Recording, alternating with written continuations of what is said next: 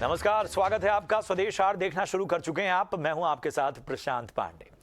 Budget के बाद बाजार में आए उतार चढ़ाव के साथ अडानी एंटरप्राइजेस के एफपीओस की वापसी समेत कई मुद्दों पर हम आज बात करने वाले हैं। अडानी एंटरप्राइजेस का एफपीओ वापस ले लिया गया है। एफपीओ वापस लेने पर कंपनी के चेयरमैन गौतम अडानी के बयान भी सामने आया है। चलिए सुन लेते हैं। After a fully subscribed FPO, yesterday's decision of his withdrawal would have surprised many. But considering the volatility of the market seen yesterday, our board strongly felt that it would not have been morally correct to proceed with the FPO.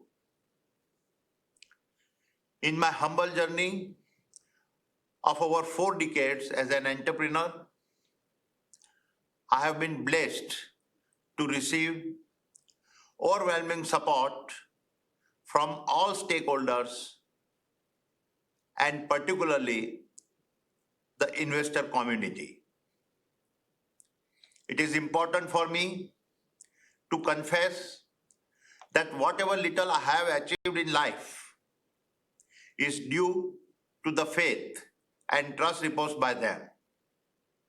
I owe all my success to them. For me, the interest of my investor is paramount and everything is secondary. Hence, to insulate the investors from potential losses, we have withdrawn the FPO. This decision will not have any impact on our existing operations as well as our future plans. We will continue to focus on timely executions and delivery of projects. The fundamentals of our company are very strong. Our balance sheet is healthy and assets robust.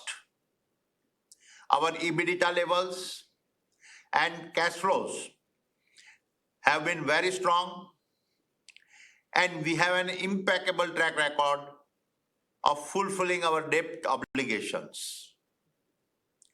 We will continue to focus on a long-term value creation and growth will be managed by our internal accruals. Once the market stabilizes, we will review our capital market strategy. We have a strong focus on ESG, and every business of ours will continue to create value in a responsible way. The strongest validation of our governance principles comes from several international partnerships we have built across our different entities. I take this opportunity to thank our investment bankers, institutional investors, and shareholders from within and outside the country for giving unflinching support to the FPO. Despite the volatility in the stock over the last week, तो Adani enterprises ने अपना FPO वापस ले लिया है। Adani group में किन बैंकों का कितना एक्सपोजर है, इस पर सूत्रों के हवाले से क्या खबर है और आरबीआई इस मामले में क्या कदम उठा रही है, हमारे सहयोगी अंकुर मिश्रा इसकी पूरी जानकारी दे रहे हैं। जी हाँ, बिल्कुल। बैंकिंग सूत्र हमें यही बता रहे हैं कि रिजर्व बैंक ऑफ इंडिया ने ज़रूर खबर ली है, बैंकों के साथ वार्तालाप किया है, पूछा है कि आखिर आपका एक्सपोजर कितना है, कितना रिस्क है। ये सारे details reserve bank of India ने बैंकों से डिस्कस किए हैं। लेकिन हमें जो जानकारी मिली है उसके मुताबिक किसी भी बैंक ने शेयर के एवज में कोई लेंडिंग नहीं की है। इनफैक्ट आरबीआई के नियमों की माने तो कोई भी बैंक इस तरीके की लेंडिंग कर भी नहीं सकता। तो मतलब यही है कि जितनी भी लेंडिंग की गई है बैंकों की तरफ से वो पूरी तरीके से कैश फ्लो बेस्ड है, फिजिकल एसेट्स के बेसिस पे है। और अगर हम एक्सपोजर की बात करें तो स्टेट बैंक ऑफ इंडिया का करीब 23,000 करोड़ रुपए का एक्सपोजर है, पंजाब नेशनल बैंक का 7,000 करोड़ का एक्सपोजर है, ओवरऑल जो 80,000 करोड़ रुपए का जो डेट है अडानी ग्रुप का। तो अभी बैंकिंग सूत्र हमें यही बता रहे हैं कि अभी के लिए कोई चिंता की बात नहीं है। जो भी वॉलेटिलिटी मार्केट में चल रही है उसका डायरेक्टली किसी भी तरीके से लोन सर्विसिंग पे कोई इंपैक्ट नहीं हो रहा है, क्योंकि कोई भी शेयर प्लेज नहीं किया गया है लोन के लिए। और इधर अदानी ग्रुप के शेयरों में आई गिरावट को लेकर मार्केट एक्सपर्ट बसंत माहेश्वरी ने हमसे खास बातचीत की। आइए आपको इस बातचीत का अहम हिस्सा सुनवाते हैं। जो रिटेल और एचएनआई इन्वेस्टर जिनकी बहुत क्लोजली सुनते हैं और बड़े पसंद करते हैं उनको, वो हैं बसंत माहेश्वरी जी। और बसंत जी से तो हम खुल के बात कर सकते हैं, कोई ऐसी रोक टोक नहीं है जो एक इंस्टीट्यूशनल मार्केट पार्टिसिपेंट को हो सकती है कि जी मैं इस पर बात नहीं कर सकता। आप समझ रहे हैं बसंत जी मेरा सवाल? तो सबसे पहला सवाल आपसे ये ही पूछना चाहेंगे, बाजार का डर, ये एक समूह में प्रेशर आने की वजह से जो है, इसके बारे में हम बात करते हैं, लेकिन ये जो बाजार का डर है कि एक समूह के प्रेशर में आने से पूरे बाजार को, इकोनॉमी में एक सिस्टमिक रिस्क, ये जस्टिफाइड है या ये थोड़ा ज्यादा खिंचा हुआ है, ओवरब्लोन है? मुझे लगता है डर पिछले हफ्ते ज्यादा था। हर एक दिन, हर एक घंटा, हर एक मिनट ये डर ओवरऑल मार्केट के हिसाब से कि भाई एक कोई ग्रुप को प्रॉब्लम होगी तो पूरा बाजार खत्म हो जाएगा, वो डर हर मोमेंट मुझे लग रहा है कम होता है। बिकॉज वही वाली बात है ना कि एक बात पे हर आदमी क्यों परेशान हुए बार बार। तो मुझे लगता है उस एंगल से अगर हम देखेंगे तो आप देखेंगे कि आज सुबह भी कुछ स्टॉक्स एकदम 10-10%, 15-15% नोज डाइव कर रहे थे और बाकी मार्केट 100-150 पॉइंट में सलट गया। कल की जो इवेंट थी वो मुझे लगता है बहुत ही एक्स्ट्राऑर्डिनरी थी कि निफ्टी ऑलमोस्ट फ्लैट बंद हुआ, जबकि एक पर्टिकुलर ग्रुप जो अडानी ग्रुप है उसके शेयर काफी गिर गए बिकॉज खबरें इधर से आई उधर से आई। तो वो एंगल से अगर मैं देखूंगा तो मुझे लग रहा है मार्केट अपने आप को दूसरे एंगल में रख लिया है और वो जो ग्रुप है वो अपने आप को दूसरे एंगल में रखा है। तो दोनों के रास्ते लगते धीरे धीरे अलग हो रहे हैं। बहुत ही शानदार। इसकी वजह से बैंकिंग सेक्टर की काफी पिटाई हुई। अभी नीलकंठ जी भी ये बात दबी जुबान में एक्सप्लेन कर रहे थे कि अब हमारी बैलेंस शीट बैंक्स की इस तरह से स्ट्रक्चर्ड नहीं है कि कुछ सेलेक्ट समूह की तरफ जरूरत से ज्यादा रिस्क, वो सब प्रॉपर प्रूडेंशियल नॉर्म्स के अंतर्गत है, इसलिए ये समझना कि जरूरत से ज्यादा रिस्क है शायद उचित नहीं है। हमने एसबीआई से कल शाम को बात की, आज सुबह हमने क्लैरिफिकेशन चलाया, फाइनेंस सेक्की ने भी यही बात आके मिरर की। लेकिन नियर टर्म में बाजार शायद इसको नजरअंदाज कर रहा है और समझ के बैठा है कि साहब इंडियन पीएसयू बैंक्स बहुत रिस्की हैं। आपका व्यू क्या है इस मैटर को लेके, स्पेशली इन लाइट में कि लास्ट कुछ क्वार्टर्स में नंबर्स इस समूह के बहुत तेजी से इंप्रूव होते हुए आए हैं? अगर मैं स्टेट बैंक की बात करूं एक उदाहरण के तौर पर, तो इतने बड़े बैलेंस शीट में थोड़ा बहुत इधर उधर हो गया तो चलता है, ऐसी कोई बात नहीं है। अब वो जमाना नहीं है कि ग्लोबल ट्रस्ट बैंक एक छोटी सी बैंक है जिसने 10% ऑफ एडवांसेस एक किसी को दे दिया कि उसके जाने से ये बैंक में घंटी बज जाएगी। तो इतने बड़े अपने को देखना है बैंक का एब्सोल्यूट एक्सपोजर नहीं, अपने को देखना है परसेंटेज ऑफ एडवांसेस कितना है। अगर परसेंटेज ऑफ एडवांसेस के हिसाब से अगर मैं निकालूं और आधा %, 0.25%, 0.1 है तो ये भी नहीं है। मार्केट देखिए, मार्केट को जब खबर मिलती है ना तो मार्केट सोचता है ये पैसे गए, बाकी सब पैसे गए, बैंक बंद हो जाएगी, सुबह 10 बजे खुलेगी कि नहीं मुझे पता नहीं। और अडानी ग्रुप को लेकर सरकार की ओर से भी प्रतिक्रिया आई है। बजट पर हमारी सहयोगी नयनतारा रॉय से चर्चा के दौरान केंद्र सरकार के आला अधिकारियों ने कहा कि एलआईसी जैसी गौरवशाली कंपनियों का निवेश पोर्टफोलियो काफी बड़ा होता है और उस पर इस घटनाक्रम से कोई खास फर्क नहीं पड़ेगा। उन्होंने और क्या कहा, चलिए आपको सुनवाते हैं। Mr. Somnathan, if you would permit me, I said it right at the front. The stock markets, we should have seen a big budget rally. It didn't happen because of another news, a carnage once again in the Adani group of stocks, because this time Credit Suisse doesn't want to accept the bonds. So as the government of India, is this an area of concern? Just because we've seen the banks never looking better, and look what we're reading now every other day, and the group says it's an attack on India. First of all, I think I will only speak from the point of view of the banks, the financial institutions. I am not here to comment on the finances, good or bad, of any private sector company, not my business, not something the government's business either. But just in terms of the banks and the financial institutions, I think the exposure to any one company is so small that to connect the fortunes of any one company with those of either LIC or nationalized banks is, I think, not very justified or rational. I think. और सरकारी बैंकों पर Credit Suisse के नीलकंठ मिश्रा का भरोसा कायम है। ET now स्वदेश से खास बातचीत में उन्होंने कहा कि किसी एक ग्रुप की तरफ बैंकों के झुकाव का रिस्क नहीं है। उनसे बात की हमारे एडिटर अजय शर्मा ने। आपको बैलेंस शीट में स्ट्रेंथ नजर आती है या थोड़ी वल्नरेबिलिटीज हैं? या हमने एक प्रोसेस ड्रिवन है कि किसी लार्ज ग्रुप, किसी large component sector, risk management कैसा किया हुआ है बैलेंस शीट्स पे? मेरे हिसाब से रिस्क मैनेजमेंट में काफी इम्प्रूवमेंट हुआ है पिछले 10 साल का। 10 साल पहले की हालात देखें और उसके कंपैरिजन में आज के हालात देखें तो रिस्क मैनेजमेंट काफी अच्छा है। जो अभी मार्केट्स को डर लगा हुआ है, कुछ PSU बैंक्स में काफी हैवी सेलिंग हुई है, वो डर जो है उससे हम अग्री नहीं करते। हमारे हिसाब से बैंक्स की बैलेंस शीट्स काफी स्ट्रांग है और quality of credit, in fact corporate credit तो अभी पिकअप करना शुरू किया है, राइट? उसको खराब होने में अभी 2-3 साल और लगेंगे।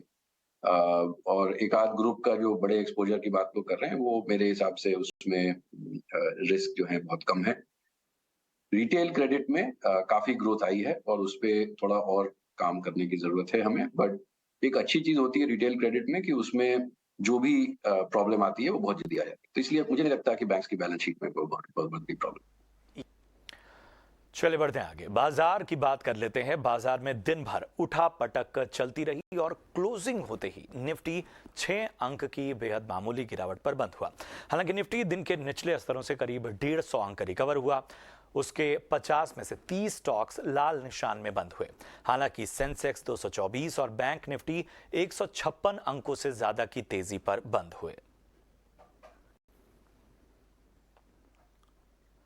इधर सेमीकंडक्टर्स को लेकर दिक्कत होने के बावजूद मारुति सुजुकी की गाड़ियों में डिमांड में मजबूती बनी हुई है। मारुति सुजुकी के सीनियर ईडी शशांक श्रीवास्तव ने हमसे खास बातचीत में कहा कि आने वाले महीनों में डिमांड में और इजाफा होने वाला है।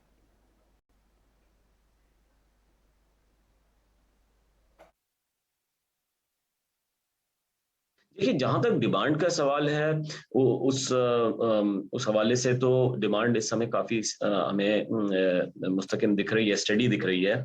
बिकॉज अगर आप जनवरी के आंकड़े देखें बुकिंग्स के या इंक्वायरीज के, वो भी पिछली जो गुज़िश्ता साल है उससे 16 से 18% ज्यादा है। तो डिमांड पैरामीटर्स के नजर से तो ये वॉल्यूम्स कंटिन्यू करना चाहिए, लेकिन सप्लाई पे भी काफी मशरूत है ये, क्योंकि सप्लाई में जो सेमीकंडक्टर के मुतालिक जो अभी वो चल रहा है शॉर्टेज, वो आगे आने वाले वक्त में भी हमें ऐसा इम्कान है कि वो जारी रहेगा। और यही वजह है कि ये सब कुछ मशरूत है कि किस तरह से प्रोडक्शन होता है आगे आने वाले दिनों में। जहां तक इंडस्ट्री का नंबर्स का जनवरी का सवाल है, इंडस्ट्री में 3,46,000 गाड़ियां हुई हैं इस जनवरी के महीने में। और अगर इसका मुवाजना हम गुज़िश्ता साल से करें जहां पे 2,95,000 गाड़ियां बिकी थी, तो करीब 17.3% का इजाफा हुआ है। मारुति सुजुकी के लिए पैसेंजर व्हीकल में 1,47,000 गाड़ियां बिकी हैं।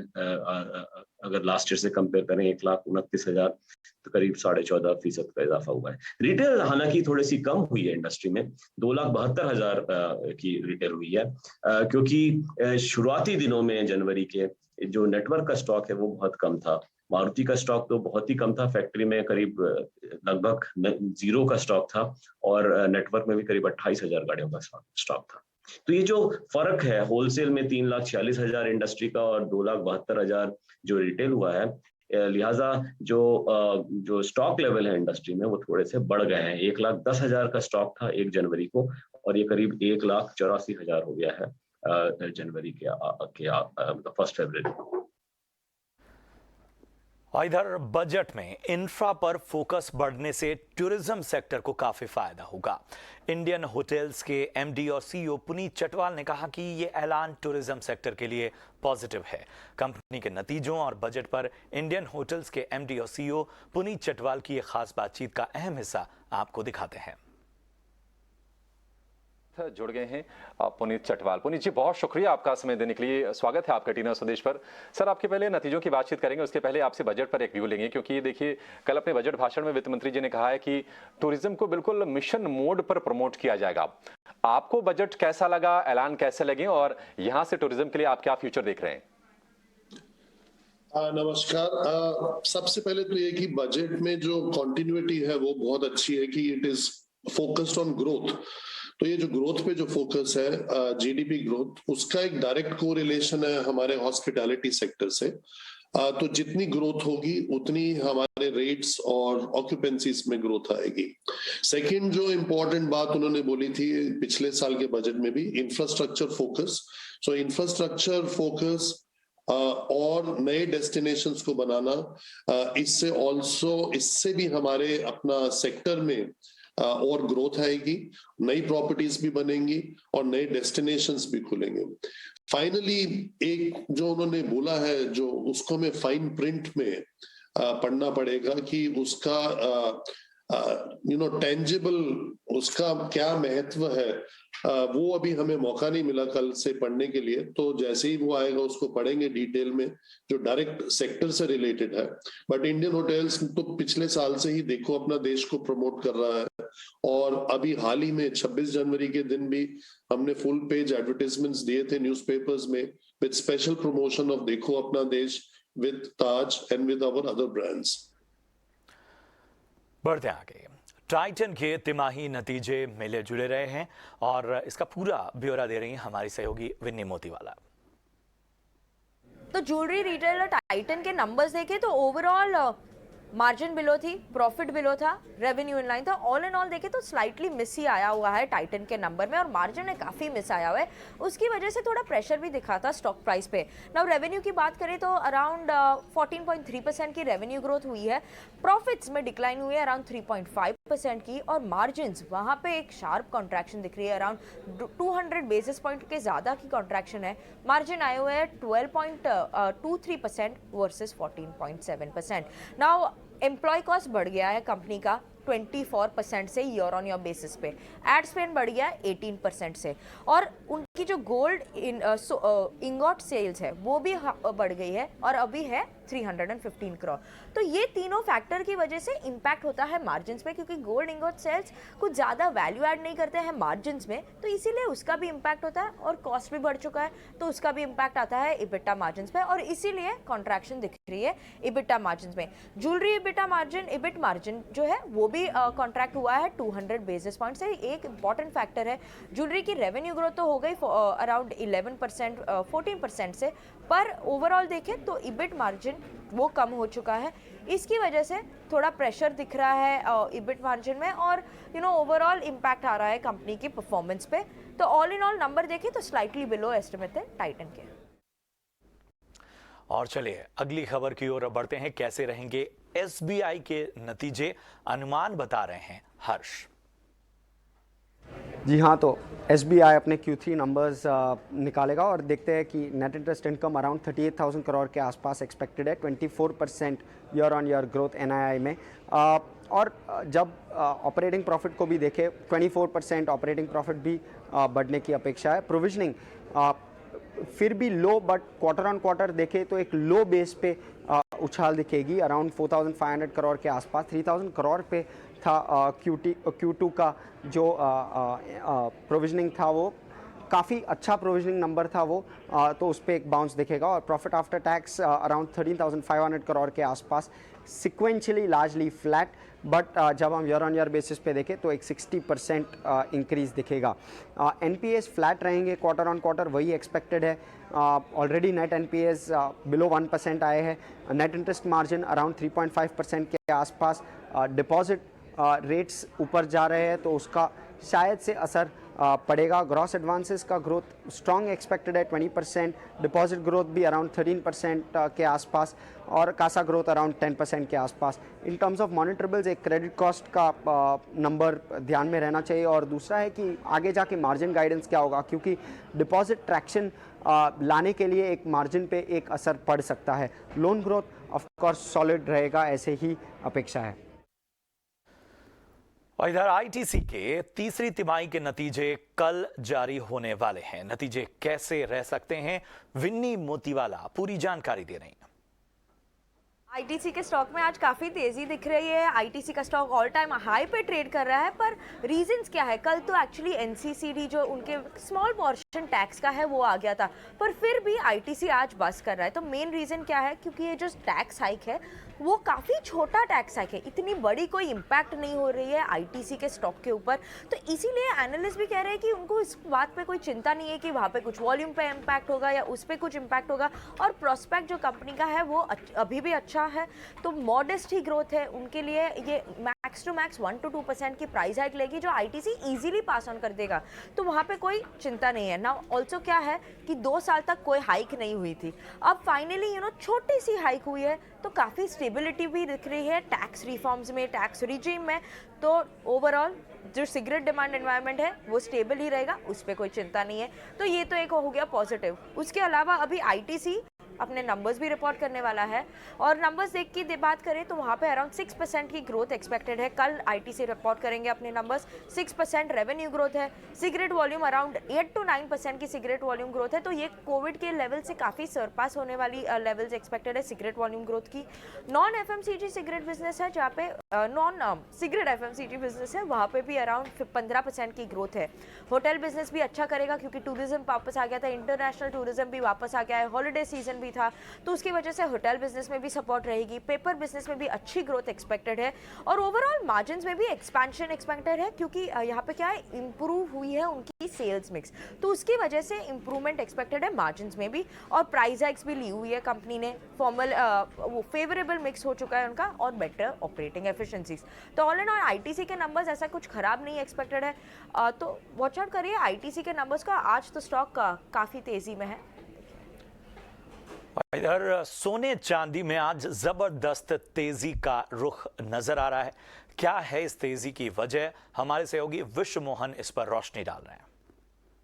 देखिए आज क्या कल से ही गोल्ड में अच्छी तेजी दिख रही है। कल भी गोल्ड ने रिकॉर्ड बनाया था, और आज भी गोल्ड 58,800 के ऊपर जा चुका है, 59,000 के बेहद करीब है। चांदी भी शानदार तेजी दिखा रही है, 2 दिनों में 3,000 रुपये तक महंगी हो चुकी है, 72,000 के बेहद करीब चांदी अब पहुंचती हुई दिख रही है।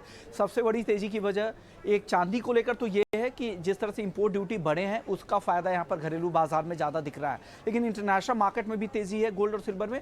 उसकी वजह यह है कि फेड का जो कल फैसला आया, जिसमें अनुमान के मुताबिक ब्याज दरों में 0.25% की बढ़ोतरी की गई, उससे लग रहा है कि फेड का भी रुख अब धीरे धीरे हो सकता है कि आने वाले समय में नरमी का रुख देखने को मिले। और फेड ने ये भी संकेत दिए हैं कि ब्याज दरों का जो रेंज होगा वो 5% के ऊपर नहीं जाएगा।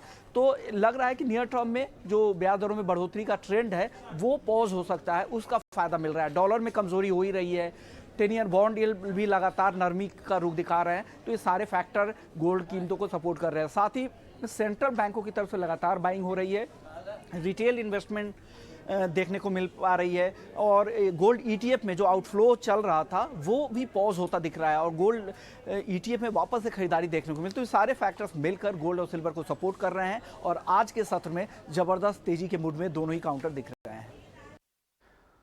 चले बढ़ते हैं आगे। जनकपुर से अयोध्या धाम पहुंची 2 शिलाग्राम, जिनसे रामलला की मूरत लेगी अपना भव्य आयाम। जी हाँ, अपने रामलला की राह देख रहे अयोध्या के राम मंदिर का इंतजार बस खत्म होने वाला है, क्योंकि 373 किलोमीटर और 7 दिन के सफर के बाद 2 विशाल शालिग्राम शिलाएं नेपाल से अयोध्या पहुंच गई हैं।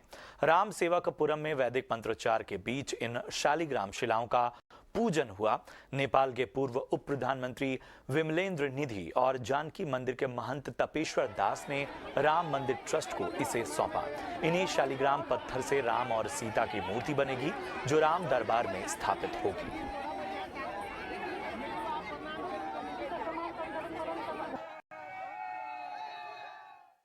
दर्शन पूजन हम लोग बहुत खुशी हैं, इतना ज़्यादा रोमांचित हो रहा है, रोम रोम सब इतना अच्छा लग रहा है कि हम लोग बहुत सौभाग्यशाली हैं इसके लिए। ये जो मूर्ति भगवान शालिग्राम की आई है माता सीता के मायके से, इतने हम खुश और रोमांचित हो रहे हैं कि ये सौभाग्य बहुत अच्छे से प्राप्त हुआ। और जिस समय भव्य मंदिर बनकर तैयार होगा उस दिन तो खुशी का ठिकाना नहीं होगा कि कितनी खुशी होगी हमको। ये एक ऐतिहासिक क्षण है हम लोगों के लिए, मैंने जिंदगी में एक आदमी जो अपनी सबसे बड़ी खुशी पाता है वो हम लोगों के लिए सबसे बड़ी खुशी है। और चलिए बढ़ते हैं आगे। BSC IPF के सहयोग से ET नाव और ET नाव स्वदेश ने इन्वेस्टर मंच का आयोजन किया है। BSC के कन्वेंशन हॉल में शनिवार 4 फरवरी को सुबह 11 बजे से 1 बजे तक होने वाले इस इन्वेस्टर मंच में देश के दिग्गज मार्केट एक्सपर्ट्स और फंड मैनेजर्स शामिल होंगे। इस कैंप में निवेश को लेकर अपने अनुभव साझा करेंगे। Market expert Sandeep Sabharwal, HSBC mutual fund के CEO कैलाश कुलकर्णी, रुंगटा सिक्योरिटीज के हर्षवर्धन रुंगटा इन्वेस्टर मंच में हिस्सा लेंगे।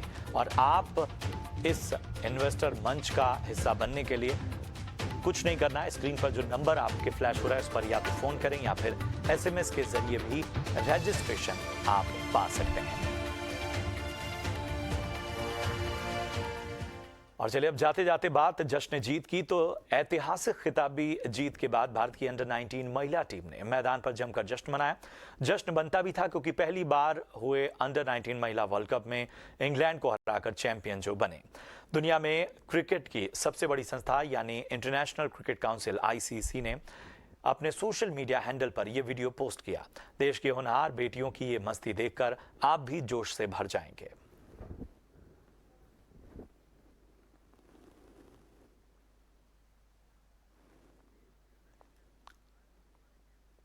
किस शो का? आगे भी अच्छा करूं और देश का नाम रोशन करूं। क्या कुछ रहा उस समय मैच खेलने से पहले, कैसी दिमाग में सोच रही थी, अब कैसा लग रहा है? दिमाग में मेरे ज्यादा कुछ सोच नहीं आई थी, बस मेरे दिमाग में यही था कि जो मैं अब तक करती आ रही हूँ मैं वही करूँ। अभी कैसा लग रहा है, आगे क्या कुछ प्लान किया आपने? बहुत अच्छा लग रहा है। अभी तो मैं यही चाहूंगी कि जितने भी मौके मिले मैं उनको लूँ आगे और अच्छा करूँ। और चलिए इसी के साथ इस बुलेटिन में इतना ही। दीजिए इजाजत। आप देखते रहिए ET नाव स्वदेश। नमस्कार।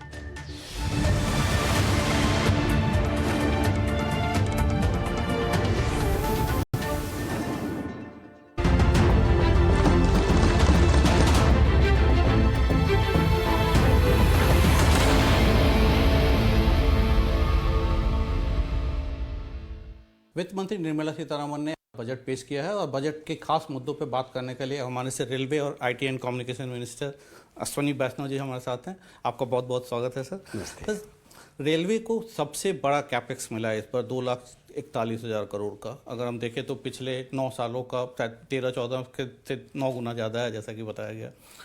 कहाँ ये पैसा खर्च होगा? क्या फोकस होगा रेलवे का? क्या हाई स्पीड ट्रेन्स में फोकस होगा, ट्रैक ज़्यादा बढ़ाने की जाएगी, या पैसेंजर एमिनिटीज बढ़ाने की बात होगी? मैं बहुत धन्यवाद देना चाहूँगा माननीय प्रधानमंत्री श्री नरेंद्र मोदी जी को इस ऐसा विजनरी बजट लाने के लिए। जब सारी दुनिया में इतनी बड़ी प्रॉब्लम्स चल रही है, ऐसी परिस्थितियों में भारत एक ब्राइट स्पॉट की तरह निकला और आज के बजट के परिणाम स्वरूप भारत दुनिया का ग्रोथ इंजन बन के निकलेगा। रेलवे को 2,41,000 करोड़ का जो एलोकेशन हुआ है उसका बहुत अच्छा उपयोग होगा। सबकी जन आकांक्षाएं हैं, कैसे हमारे स्टेशन सुधरे, कैसे हमारी ट्रेन सुधरे, कैसे हमारी सेफ्टी बढ़े, किस तरह से नए ट्रैक्स लगे, नई नई जगह कनेक्टिविटी आए और जो लॉजिस्टिक्स की कॉस्ट है वो कैसे कम हो। बहुत बड़ी मात्रा में स्टेशंस के रीडेवलपमेंट को लिया गया है। पैसेंजर एमिनिटीज़ में सबसे पहली चीज़ आती है station. Amrit Bharat station scheme में 1275 स्टेशन, जिसमें बहुत बड़े स्टेशन जैसे न्यू दिल्ली स्टेशन है, वैसे भी हैं मीडियम साइज़ के स्टेशन जैसे जोधपुर स्टेशन है, पुरी स्टेशन है, वैसे भी हैं, और छोटे स्टेशन जो बहुत छोटे छोटे स्टेशन हैं उन सबको भी लेके 1275 स्टेशन का रीडेवलपमेंट का काम तेज़ी से चल रहा है।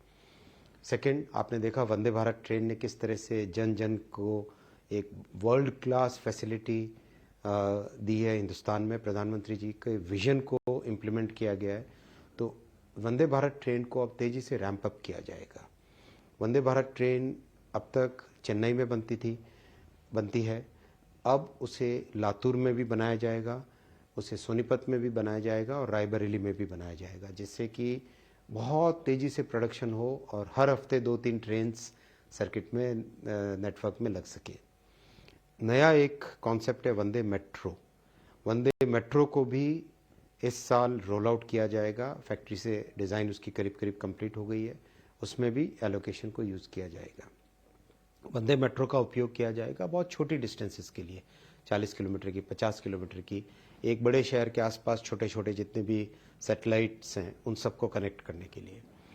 आपने देखा बजट में ग्रीन ग्रोथ पे बहुत बड़ा फोकस है। रेलवे में हाइड्रोजन ट्रेन्स दिसंबर 2023 तक हाइड्रोजन ट्रेन बन के हिंदुस्तान की बनी टेक्नोलॉजी से डेवलप होके निकलेगी। उसके बाद में जितने हमारे हाइड्रोजन जो हेरिटेज कॉरिडोर्स हैं, शिमला कालका है, दार्जिलिंग है, ऊटी है, इस तरह की जो हमारे महाराष्ट्र में है, तो हर तरह के जो हमारे हेरिटेज कॉरिडोर्स हैं उन सब कॉरिडोर्स में हाइड्रोजन की ट्रेन लगाई जाएगी। कवच का पिछले वर्ष आपने देखा 3000 किलोमीटर का बजट में रखा गया था प्रावधान। इस साल 5000 किलोमीटर कवच लिया जाएगा। 3000 की जगह 4000 पे काम चालू हो गया था, तो बहुत अच्छा प्रोग्रेस हुई है। कवच को और डेवलप किया जाएगा। पीएम साहब ने बहुत ही क्लियर विजन दिया है कि वर्ल्ड की बेस्ट टेक्नोलॉजी इसमें लगनी चाहिए। तो कवच को अब 5G पे माइग्रेट करेंगे। अब तक UHF रेडियो पे होता था, अब इसको 5G पे माइग्रेट करेंगे। तो एक तरीके से रेलवे के हर डायमेंशन पे मैसिव काम होगा। आप देखिए आज से 10 साल पहले बिल्कुल वही हम कहना चाह रहे थे, प्रतिदिन मात्र 3.5-4 किलोमीटर नई पटरियां बनती थी। इस साल 12 किलोमीटर प्रतिदिन नए ट्रैक्स ले हो रहे हैं। बिल्कुल वही हम कहना चाह रहे थे कि जब आज से कुछ साल पहले तक जब रेलवे बजट आता था तो लोग किराए की बात करते थे, किराया बढ़ा या नहीं बढ़ा, किस रूट्स में ज़्यादा ट्रेनें लॉन्च हुई, इसकी बातें होती थी। लेकिन अब पहली बार बातें हो रही हैं कि अच्छी एमिनिटीज़ पैसेंजर्स को मिल रही हैं, सेफ्टी पे बात कर रहे हैं और फास्ट ट्रेन्स के चल रहे हैं। वंदे भारत की बात जैसे आपने कहा कि सिर्फ अभी चेन्नई में बनती है, क्या इसे आप जो नए जगह बनाने की बात करें तो इसको प्राइवेट सेक्टर से भी बनवाया जाएगा? और एक्सपोर्ट क्या हम केवल डोमेस्टिक यूजेस के लिए करेंगे या एक्सपोर्ट के भी कुछ ऑर्डर्स आए हैं? वंदे भारत के सारा का सारा प्रोडक्शन भारतीय रेलवे के टेक्नीशियंस, भारतीय रेलवे के इंजीनियर्स ही करेंगे। बहुत क्लियर तरीके से ये डिसाइडेड है। कोई भी ट्रेन नई आती है मार्केट में, उसको 3-4 वर्ष तक टेस्ट किया जाता है, तभी जाके इंटरनेशनल मार्केट में इसकी एक्सेप्टेंस बनती है। बहुत अच्छा अभी तक का रिस्पांस है। अभी तक देखिए करीब 45 लाख के आसपास पैसेंजर्स इसमें बैठ चुके हैं, ट्रैवल कर चुके हैं। और अगर टोटल किलोमीटर्स देखें तो पृथ्वी की 52 बार परिक्रमा कर लें, इतनी किलोमीटर ये 8 ट्रेनें चल चुकी है। बहुत ही सॉलिड, रोबस्ट, अच्छी डिज़ाइन है। इस डिज़ाइन को दुनिया भर में ऑलरेडी बहुत ही उत्सुकता है कि कब ये एक्सपोर्ट के लिए तैयार हो। तो हमें लगता है 2 से 3 वर्षों के अंदर अंदर ये एक्सपोर्ट के लिए तैयार हो जाएगी। क्योंकि दूसरी तरफ वंदे भारत को लेकर एक जो कंप्लेन आ रहा था कि फेंसिंग नहीं हो पा रही है, जो फास्ट ट्रेन चल रही हैं तो उसमें पशुओं का आने जाने से काफ़ी एक्सीडेंट्स हो रहे हैं। क्या बजट में फेंसिंग को लेकर भी या रेलवे का फेंसिंग को लेकर भी कोई प्रपोजल? आपने देखा होगा बहुत अभी कुछ ही दिनों पहले फेंसिंग का पहला सेक्शन कंप्लीट हुआ। बहुत अच्छी एक ऐसी फेंसिंग की डिज़ाइन बनाई गई है जो कि दुनिया के बहुत सारे देशों में इस तरह की फेंस की डिज़ाइन होती है, डबल लाइन वाली, यानी करीब 3 मीटर के आसपास, 2.5 मीटर के आसपास तक की हाइट तक, जिससे कि कोई भी बड़ा कैटल उसके अंदर नहीं जा सके। तो मुंबई से अहमदाबाद वाले सेक्शन में फेंसिंग स्टार्ट हो गई है और तेज़ी से अब उसको सब जगह रेप्लिकेट किया जाएगा। साथ ही साथ जो बहुत बड़ा एक इनिशिएटिव लिया जा रहा है वो है ग्रीन एनर्जी पे ट्रेन्स चले। तो इस साल बहुत मेगा सोलर, जैसे 2000 मेगावाट का, 1500 मेगावाट का अल्ट्रा मेगा सोलर प्लांट्स जो हैं, उस तरह के प्रोजेक्ट्स भी इस बार लिए जाएंगे। बिल्कुल, वो भी हम पूछने वाले थे आपके, इलेक्ट्रिफिकेशन की रेलवे की बात हुई है कि रेलवे को पूरा इलेक्ट्रीफाई कर दिया जाए, ग्रीन एनर्जी किया जाए, हाइड्रोजन ट्रेन जैसा कि आपने बताया हो। ये भी बात चाहिए कि रेलवे के सोलर लूप पे सोलर पैनल्स लगाए जाएंगे। क्या इस पे कुछ बात हो रही है कि सोलर पैनल्स रेलवे ट्रेन के ऊपर लगाए जाए जिससे कि हम ग्रीन एनर्जी की तरफ ज़्यादा बढ़ सकें? बहुत तेज़ी से देखो ग्रीन ग्रोथ में कई फैक्टर्स हैं। एक तो एनर्जी कंजम्पशन कम करना, जैसे वंदे भारत है। वंदे भारत का डिज़ाइन इस तरह से है कि जब ये गाड़ी ब्रेक लगाती है तो एनर्जी जनरेट होती है और ऊपर जो तार है उस तार में वापस एनर्जी चलती है। आप सोचिए, ऐसा नहीं कि एक बार तार से ले ली एनर्जी और उसी को कंज्यूम करे। जब ब्रेक लगता है तो जितनी इसकी काइनेटिक एनर्जी है, इस काइनेटिक एनर्जी को कन्वर्ट करते हैं बिजली में, एक तरीके से वो जनरेटर बन जाती है। जनरेटर बन के ऊपर तार के अंदर बिजली वापस पहुंचाती है। तो ये जो एनर्जीज़ हैं, ये जो टेक्नोलॉजीज़ हैं, ये सारी टेक्नोलॉजीज़ ग्रीन टेक्नोलॉजी की तरफ आती हैं। बिल्कुल, तो आने वाले दिनों में ग्रीन टेक्नोलॉजी की बढ़ाया जाएगा। एक दूसरा आपका कम्युनिकेशन मिनिस्ट्री के लिए भी इस बजट में 1,23,000 करोड़ का एलोकेशन किया गया है। ये बोला गया है कि 5G के लिए 100 लैब्स बनाए जाएंगे और रिसर्च एंड डेवलपमेंट में। तो 5G के आने के बाद किस तरह का वहाँ पे प्लान है, कैसे कॉमन आदमी को क्या फ़ायदा उससे मिलेगा, रेलवे में 5G को कैसे हम यूज़ करेंगे?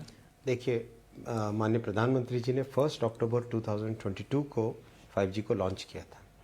31 मार्च 2023 तक टारगेट था 200 शहरों को कवर करना है। आपको जानकारी प्राप्त होकर बहुत खुशी होगी, ये जानकर बहुत खुशी होगी कि हम फर्स्ट वीक ऑफ फरवरी में ऑलरेडी 200 से अधिक शहर कवर कर चुके हैं। देश के कोने कोने में 5G का तेज़ी से डिप्लॉयमेंट चल रहा है। कई बड़े एक्सपर्ट्स ने कहा है कि दुनिया के किसी भी देश में इतना तेज़ी से 5G का डिप्लॉयमेंट नहीं हुआ है। 2024 के दिसंबर तक टारगेट है करीब करीब देश का 80% एरिया कवर हो जाए। साथ ही साथ आत्मनिर्भर भारत के टेलीकॉम स्टैक, टेलीकॉम टेक्नोलॉजी को 4G और 5G के इस साल BSNL में रोल आउट किया जाएगा। सारी दुनिया उत्सुकता से उसका इंतज़ार कर रही है। 2 देशों ने ऑलरेडी कह दिया है कि हम अपने देश में इस टेक्नोलॉजी को लगाना चाहेंगे। डिजिटल टेक्नोलॉजीज जिसका कोर है 5G, जिसका फंडामेंटल एंट्री गेट है 5G, उस पर बहुत मैसिव इस बजट में ध्यान दिया गया है। आपने देखा कि जो हमारा पब्लिक प्राइवेट पार्टनरशिप का मॉडल है, जिसमें पब्लिक फंड से एक प्लेटफॉर्म बनता है, उसमें हर कोई जुड़ते हैं, पेमेंट सिस्टम है, हेल्थ सिस्टम है हमारा, उसी तरह का अब एग्रीकल्चर में, लॉजिस्टिक्स में, आज एग्रीकल्चर पे माननीय वित्त मंत्री जी ने बहुत डिटेल में इसका वर्णन किया है। आने वाले दिनों में जो एग्रीकल्चर हमारा 50% वर्कफोर्स देता है, वहाँ भी जॉब क्रिएशन। तो यही चीज़ हम जानना चाहते हैं कि क्या आपको लगता है कि ऑटोमेटेड इनोवेशन आने से, 5G लैब्स से, जो सरकार का एक सबसे बड़ा फोकस है कि जॉब क्रिएशन हो, बिल्कुल, उसमें ये कितना एडिशन कर सकता है, ये जो नेट इनिशिएटिव से? बहुत इसका अच्छा प्रभाव है। बहुत मैसिव नंबर्स में 5G के कारण मैं आपको एग्जैक्ट नंबर दे सकता हूँ। 5G के इन्वेस्टमेंट करीब करीब 2.5 से 3 लाख करोड़ का टोटल इन्वेस्टमेंट हो रहा है। इसमें जॉब्स क्रिएट हो रहे हैं, करीब करीब 40-45% अधिक जॉब क्रिएट हो रहे हैं compare to the 4G deployment. तो मैसिव उसका रोल आउट है। AI का उपयोग के बारे में आज बजट में बहुत अच्छी एक रोड मैप दिखाया गया है। AI के लिए ये एक टर्निंग पॉइंट वाला साल है 2023। ChatGPT का आपने देखा होगा। तो AI को किस तरह से हम अच्छे तरीके से अपने समाज के जीवन के हर डायमेंशन पे इसका उपयोग कर सकें, उसको देखने के लिए, समझने के लिए 4 COEs भी डिक्लेयर हुई है। कंपोनेंट जो इलेक्ट्रॉनिक्स मैन्युफैक्चरिंग में भारत एक बहुत बड़ी ताकत बन के उभरा है, उसको और बढ़ाने के लिए आज मोबाइल, हिंदुस्तान में जितने मोबाइल फ़ोन यूज़ होते हैं 99% हिंदुस्तान में बने हुए मोबाइल। बिल्कुल, हम एक्सपोर्ट भी करने लगे हैं और $9 बिलियन का एक्सपोर्ट हम कर रहे हैं। तो आज के इस बजट के पॉलिसी अनाउंसमेंट से बहुत तेज़ी से एक्सपोर्ट बढ़े। एक आखिरी सवाल था, सॉफ्ट इंडिपेंडेंस के 100 ईयर्स पे सरकार के कुछ टारगेट्स हैं। हम आपसे पूछें कि अगले 25 सालों में भारत की स्थिति, चाहे रेलवे की बात करें या कम्युनिकेशन के क्षेत्र में करें, कहाँ हम होंगे? अभी हम दुनिया की 5वीं सबसे बड़ी इकॉनमी बन गए हैं, क्या हम टॉप 3 में आ सकते हैं? डेफिनेटली टॉप 3 में आएंगे। 2027 तक डेफिनेटली ही आएंगे, उससे मच बिफोर आ जाएंगे, काफ़ी पहले आ जाएंगे। बल्कि टॉप 3 में तो मेरे ख्याल से 2032 तक हम लोग टॉप 3 में होंगे। 2047 तक हिंदुस्तान में रेलवे का एक पूरा नया स्वरूप होगा। माननीय प्रधानमंत्री जी का जो विजन है रेलवे के लिए और टेलीकॉम के लिए और डिजिटल के लिए, उस विजन में स्टेप बाय स्टेप इतनी तेज़ी से प्रोग्रेस हो रही है कि जो दुनिया के आज के विकसित देशों में जो फैसिलिटीज़ हम देखते हैं, उससे सिग्निफिकेंटली बेटर हो गई। अभी डावोस जब गए थे तो डावोस से ज्यूरिक ट्रेन में बैठ के आया। वंदे भारत की राइड क्वालिटी और स्विट्जरलैंड की ट्रेन्स की राइड क्वालिटी समकक्ष है। वंदे भारत एक लेवल बेटर होगा। जो एक्सीलरेशन है वंदे भारत का बेटर है। जो नॉइज़ का अंदर लेवल है बराबर है या बेटर होगा। तो हर तरीके से टेक्नोलॉजी में भारत को कौन पीछे रख सकता है? बिल्कुल सर, आपने सही कहा कि आने वाले दिनों में भारत की तस्वीर बदलेगी। ET Now स्वदेश से बात करने के लिए बहुत बहुत धन्यवाद। बहुत धन्यवाद, नमस्कार। वित्त मंत्री जब बजट भाषण पढ़ रही थी तो उन्होंने इसकी शुरुआत में 5 जो टॉप पॉइंट्स गिनाए थे, उसमें जो एक इम्पॉर्टेंट पक्ष था वो था ग्रीन एनर्जी। उसके ऊपर सरकार ने इस बजट में काफ़ी फोकस किया है। लिहाजा हम इस वक्त बात करने के लिए केंद्रीय ऊर्जा मंत्री आर के सिंह के साथ हैं। सर, 18 ऑफ स्वदेश पर आपका स्वागत है। इस बजट का एक काफ़ी इंपॉर्टेंट फोकस है ग्रीन एनर्जी ट्रांजिशन के ऊपर, इंफ्रा प्रोजेक्ट्स के ऊपर जो कि ग्रीन एनर्जी से रिलेटेड है। मैं शुरुआत लद्दाख से हरियाणा जो ट्रांसमिशन प्रोजेक्ट्स है उस पर काफ़ी फोकस किया है फाइनेंस मिनिस्टर ने, और अभी जो प्रेस कॉन्फ्रेंस जो कर रही हैं उसमें भी इसका जिक्र किया। आपके हिसाब से किस तरीके से प्रोजेक्ट आगे बढ़ेगा, किस तरीके से कंपनियों को इन प्रोजेक्ट्स में इन्वॉल्व किया जाएगा, प्राइवेट सेक्टर, गवर्नमेंट सेक्टर, इस प्रोजेक्ट्स पे आप कैसे आगे बढ़ेंगे? प्रकाश, ये जो हमारा प्रोजेक्ट है ये Ladakh is one of the highest Plato's in the world, में दुनिया का सबसे ऊंचे स्थानों में एक है। लेकिन लद्दाख में जो सोलर इंसुलेशन है जिससे कि सोलर एनर्जी बनती है वो वन ऑफ द हाईएस्ट है, राजस्थान से भी अधिक है। वहाँ सोलर इंटेंसिटी राजस्थान से भी अधिक है। तो हमारा सोलर एनर्जी जो बनेगा one of the cheapest prices में बनेगा। तो 10,000 मेगावाट वहाँ पर हम सोलर एनर्जी कैपेसिटी लगाने वाले हैं। यह प्रधानमंत्री जी ने अनाउंस किया था रेड फोर्ट से, आपको याद होगा। और ये 10,000 मेगावाट लगाने के लिए हमने ज़मीन वगैरह टाई अप कर लिया, उसका सर्वे वगैरह कर लिया है। अब उतना एनर्जी को इवैक्यूएट करने के लिए ट्रांसमिशन सिस्टम इस बजट में अनाउंस्ड है, करीब 20,000 करोड़ के आसपास लगेगा।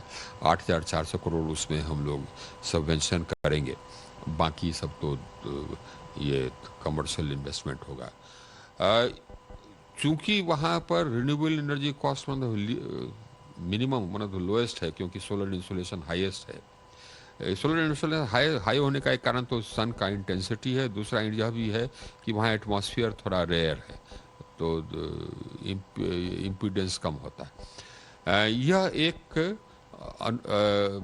एक लैंडमार्क प्रोजेक्ट होगा रिन्यूएबल एनर्जी की दुनिया में। इतना बड़ा सोलर फार्म, इतना बड़ा सोलर प्रोजेक्ट एक जगह लगना, एक स्थान पर लगना, ये शायद ही कहीं हुआ होगा, और इतने बड़े प्लेटो पर लगना शायद ही कहीं हुआ होगा। इवैक्यूएशन चैलेंज है, यह भी एक इंजीनियरिंग मार्वल ही होगा। हम लोग HVDC लगाएंगे, high voltage DC direct control current, जो कि लेटेस्ट टेक्नोलॉजी है 800 kV HVDC, लेकिन वो भी टेक्निकली चैलेंज है रिन्यूएबल एनर्जी के। लेकिन जहाँ तक कि एनर्जी है, एनर्जी ट्रांजिशन है, उसमें हम दुनिया में लीडर हो गए हैं, क्योंकि हमारे यहाँ जितनी कैपेसिटी जिस तेज़ी से रिन्यूएबल एनर्जी लगी है उतना दुनिया में और किसी कंट्री में उतना तेज़ी से रिन्यूएबल एनर्जी कैपेसिटी नहीं लगा। जितने नए चीज़ हम कर रहे हैं वो नहीं कर रहा। एक तो ये लद्दाख का उल्लेख हुआ, दूसरा आप स्टोरेज देख लीजिए। आप देखे होंगे बजट में प्रोविज़न है 4,000 मेगावाट आवर स्टोरेज का, 4,000 मेगावाट आवर स्टोरेज का, एक बड़ा स्टोरेज प्रोजेक्ट का इसका प्रावधान। यह क्यों? इसलिए कि हम अब रिन्यूएबल एनर्जी को भी राउंड द क्लॉक कर रहे हैं। Renewable energy round the clock करने की आवश्यकता इसलिए है क्योंकि अगर हमको फेज आउट करना है फॉसिल फ्यूल्स को, तो हमको round the clock renewable energy चाहिए, उसके लिए स्टोरेज चाहिए। अब उसके लिए ये व्यवस्था है बजट में। अगर आपको ग्रीन हाइड्रोजन को कॉम्पिटिटिव बनाना है तो आपको round the clock renewable energy चाहिए, ताकि आप इलेक्ट्रोलाइजर का 3 राउंड में 4 राउंड में उपयोग कर सकें। तो उसके लिए ग्रीन हाइड्रोजन में भी हमारे कॉम्पिटिटिवनेस को बनाएगा। और round the clock renewable energy में भी हम अग्रणी देशों में, ये कुछ ही देश हैं जहां round the clock renewable energy की बात चल रही, हम कर रहे हैं, चल ही नहीं, हम कर रहे हैं। एक बिड हम कर चुके हैं 1,000 मेगावाट आवर का, एक और बिड हमने किया है 3,000 मेगावाट आवर का, आइए एक और बिड होगा। तो कुल मिलाकर के एनर्जी के क्षेत्र में जो पायोनियरिंग एक्शंस है वो हम ले रहे हैं। क्योंकि बजट में हालांकि कैबिनेट ने पहले इसकी मंजूरी दी थी, ग्रीन हाइड्रोजन प्रोडक्शन और इलेक्ट्रोलाइजर मैन्युफैक्चरिंग के जिस इंसेंटिव प्लान की घोषणा, जो प्रस्ताव था आपका, कैबिनेट ने मंजूरी दी थी। सरकार ने 19,700 करोड़ रुपए की घोषणा की है। अब उसमें जो गाइडलाइंस आना है कि जो इंसेंटिव्स दिए जाएंगे, वायबिलिटी गैप फंडिंग की अगर हम बात करते हैं, वो कैसे दिए जाएंगे, उसके क्या क्राइटेरिया होंगे, वो कब तक इसकी घोषणा होगी? तो ये जो गाइडलाइंस है, गाइडलाइंस हम लोग ड्राफ्ट कर रहे हैं, लेकिन हम लोग मोटा मोटी एक तो देंगे, हम लोग प्रोडक्शन लिंक्ड इंसेंटिव देंगे फॉर मैन्युफैक्चरिंग ऑफ इलेक्ट्रोलाइजर्स, क्योंकि ग्रीन हाइड्रोजन बनाने के लिए इलेक्ट्रोलाइजर की जरूरत है। वो हमारे यहाँ अभी कैपेसिटी है, मैन्युफैक्चरिंग कैपेसिटी छोटा है, 500 मेगावाट का है। हमको ये करीब कम से कम 60,000 मेगावाट इलेक्ट्रोलाइजर कैपेसिटी चाहिए, तो उसके लिए PLI देंगे। अब वो भी हम लेटेस्ट टेक्नोलॉजी के लिए देंगे। तो एक ये हम कर रहे हैं, और इलेक्ट्रोलाइजर मेन चीज़ है ग्रीन हाइड्रोजन बनाने के लिए। दूसरा जो हम करेंगे वो ग्रीन हाइड्रोजन पर भी हम ये देंगे प्रोडक्शन लिंक्ड इंसेंटिव, पहले 3-4 मिलियन टन ग्रीन हाइड्रोजन के लिए देंगे ताकि वो कॉम्पिटिटिव हो सके। ये ग्रीन हाइड्रोजन भी एक बहुत कॉम्पिटिटिव, ये बहुत कंपटीशन वाला चीज़ निकला है, क्योंकि एनर्जी ट्रांजिशन करने के लिए अगर दुनिया को अपना एमिशंस कम करना है तो एनर्जी ट्रांजिशन करना होगा। एनर्जी ट्रांजिशन मतलब कि ऐसे स्रोतों पर आप जाइए जिससे कि एमिशंस नहीं होते हैं, CO2 एमिशंस नहीं होते हैं, ग्रीन हाउस गैस के एमिशंस नहीं होते। इसके लिए ग्रीन हाइड्रोजन जरूरी है। अब आप स्टील बनाते हैं तो स्टील आप कोकिंग कोल इस्तेमाल करते हैं जो कि CO2 फिर छूटता है। उसके बाद आप फर्टिलाइज़र बनाते हैं तो नेचुरल गैस का इस्तेमाल करते हैं, फिर CO2 रिलीज होता है। मोबिलिटी में, शिपिंग में ये CO2 इस्तेमाल होता है, ये सीमेंट में, ये सब जगह को ग्रीन करने के लिए आपको ग्रीन हाइड्रोजन, ग्रीन अमोनिया की ज़रूरत है, जो कि ये हम लोग उसमें अग्रणी निकले। तो ये जो मिशन अनाउंस हुआ था पहले, तो ऑलरेडी हमारी जो इंडस्ट्री, वो इंसिडेंटली हम ये आपको बता दें कि हमारे दुनिया में अब जो रिन्यूएबल एनर्जी इंडस्ट्री है वो दुनिया के बड़े रिन्यूएबल एनर्जी इंडस्ट्री में कैटेगराइज हो गई है, इसलिए कि हमारे यहाँ बड़े बड़े 15-16 कंपनीज हैं, बड़े बड़े कंपनीज जो कि वर्ल्ड लेवल के कंपनीज हैं, जो कि विदेश में भी जाके इन्वेस्टमेंट कर रहे हैं। तो हमारे यहाँ इन्वेस्टमेंट्स अपने आप आ जाता है, क्योंकि हमारा ट्रांसपेरेंसी इतना है। तो already 6 million ton green hydrogen manufacturing का रोड मैप वगैरह इंडस्ट्रीज़ ने, हमारे डिफरेंट कंपनीज ने तैयार कर लिया है। ऑलरेडी उन लोगों ने विभिन्न देशों में जा कर के ग्रीन हाइड्रोजन का ऑर्डर वगैरह ये बुक करना शुरू कर दिया। कॉम्पिटिटिव हो गया है इसलिए कि अमेरिका भी इस फील्ड में कूद गया। उन्होंने अपना एक इन्फ्लेशन रिडक्शन एक्ट करके कानून लाया। वो कहने को तो इन्फ्लेशन रिडक्शन एक्ट है, लेकिन उसमें प्रावधान है ग्रीन हाइड्रोजन पर सब्सिडी देने का, $3 पर किलोग्राम। $3 पर किलोग्राम मैन्युफैक्चरिंग कॉस्ट जितना है उतना वो सब्सिडी दे रहा है। ये तो प्रोटेक्शनिस्ट मेजर है। इसी तरह से ये कुछ दूसरे देश ने भी अपना ग्रीन हाइड्रोजन मैन्युफैक्चरिंग का पहल लिया है, लेकिन इस सब में हम कॉम्पिटिटिव रहेंगे, इसलिए कि हमारा जो रिन्यूएबल एनर्जी बनाने का कॉस्ट है सबसे कम है। I'm joined by Indian Petroleum and Natural Gas Minister, Mr. Hardeep Singh Puri. Sir, pleasure talking to you on ET Now. I'll begin by saying that this budget has given a special focus to renewable energy. It has mentioned 35,000 crore allocation for green energy transition. Where this money will be spent? What are those special category where the oil marketing companies is going to spend this money? देखिए इस budget में कई focus है। Green energy transition is one of the focus. इसमें से ये 35,000 करोड़ की जो allocation, this is one such allocation. इसमें और भी चीजें हैं ग्रीन एनर्जी के लिए। ये 5 साल के लिए है, 5,000 करोड़ इसमें है आपके लिए स्ट्रेटेजिक पेट्रोलियम रिजर्व के लिए, 30,000 करोड़ है कैपिटल एक्सपेंडिचर और उसके लिए। ये दिस इज अ बिगिनिंग। अभी it is if you read the language very carefully, this is our journey to net zero 2070। तो this is the first year. अगले साल और होगी। इसकी रिक्वायरमेंट क्यों हुई? इस समय जो हमारी ऑयल मार्केटिंग कंपनीज हैं वो इस समय उनकी इंपोर्ट्स, उनकी रिफाइनिंग वो ट्रेडिशनल फॉसिल फ्यूल्स में। अब हम एक्सपेक्ट करें कि they will make the transition and they will go to green energy. अब जैसे एक हमारी कंपनी है जिसकी 11 रिफाइनरीज हैं। अभी कुछ महीने पहले उन्होंने सेकंड जनरेशन एथेनॉल का प्लांट, मेकिंग एथेनॉल फ्रॉम पराली और एग्रीकल्चरल वेस्ट पानीपत में लगाया है। अभी और कंपनीज कर रही हैं, बैम्बू से बना रही हैं। तो एक ट्रांजिशन हो रही है ऑलरेडी। इसमें ये जो 35,000 करोड़ है, इसमें उसको फिलिप मिलेगा और इंकरेजमेंट मिलेगी, और इसमें प्राइवेट सेक्टर से भी बहुत इन्वेस्टमेंट आ रहा है, बाहर से भी इन्वेस्टमेंट आ रहा है। So all that it is a very good, feel good and a strong boost for the energy transition. Green hydrogen पे भी फोकस है। 19,700 करोड़ का एलोकेशन है, कैबिनेट ने पहले अप्रूव किया था। OMCs कैसे ग्रीन हाइड्रोजन को प्रमोट करेंगी रिफाइनरीज में, उसको लेकर कोई स्ट्रैटेजी? देखिए OMCs भी करेंगी, प्राइवेट सेक्टर भी कर रहा है। इस समय ये माना जाता है कि ग्रीन हाइड्रोजन जो है this is the fuel of the future, और हमारे टारगेट्स तो बड़े एम्बिशियस हैं। अभी मैंने पीछे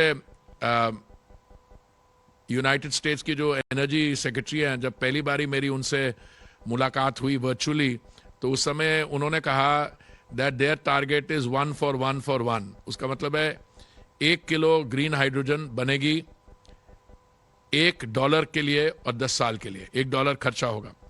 हमारी जो कंपनीज हैं फॉरेन डायरेक्ट इन्वेस्टमेंट के कारण उन्होंने ऑलरेडी अपने प्लांट्स वांट शुरू कर दिए हैं।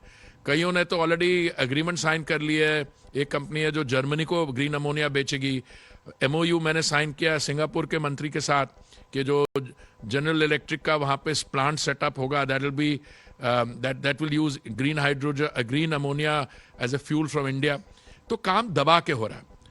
मुझे पूरा विश्वास है कि ग्रीन हाइड्रोजन में हमें सफलता मिलेगी। क्यों मिलेगी मैं बताता हूं आपको।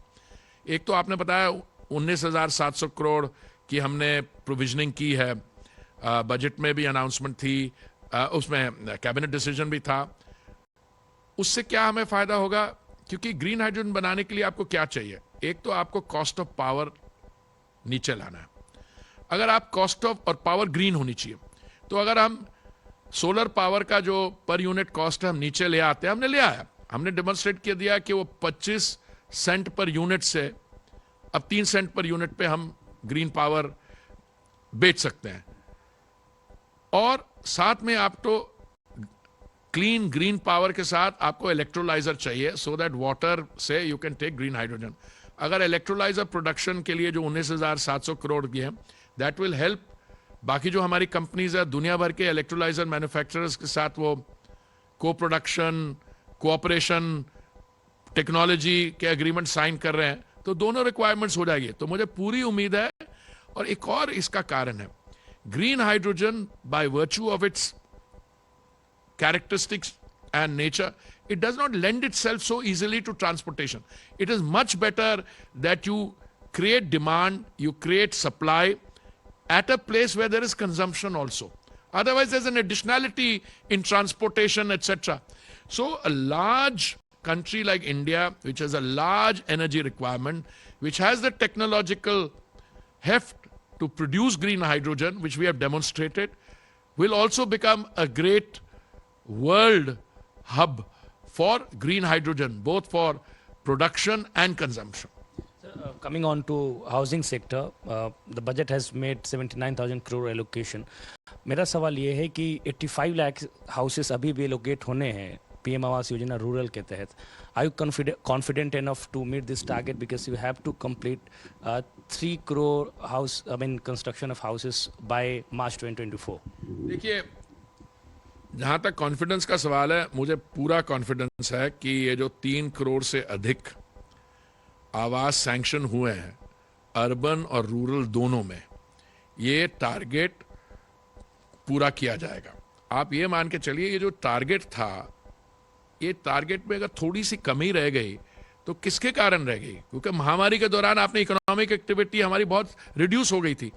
हमने अपने सारे जो टारगेट्स हैं, in spite of the difficulties on account of that, इसमें दोनों कंपोनेंट्स हैं, रूरल भी है और अर्बन भी है.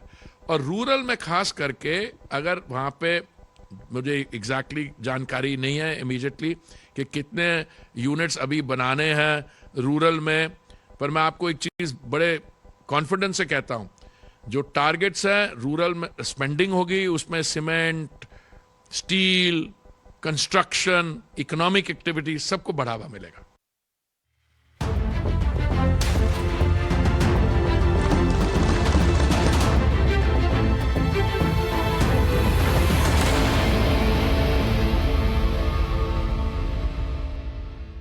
उत्तरवी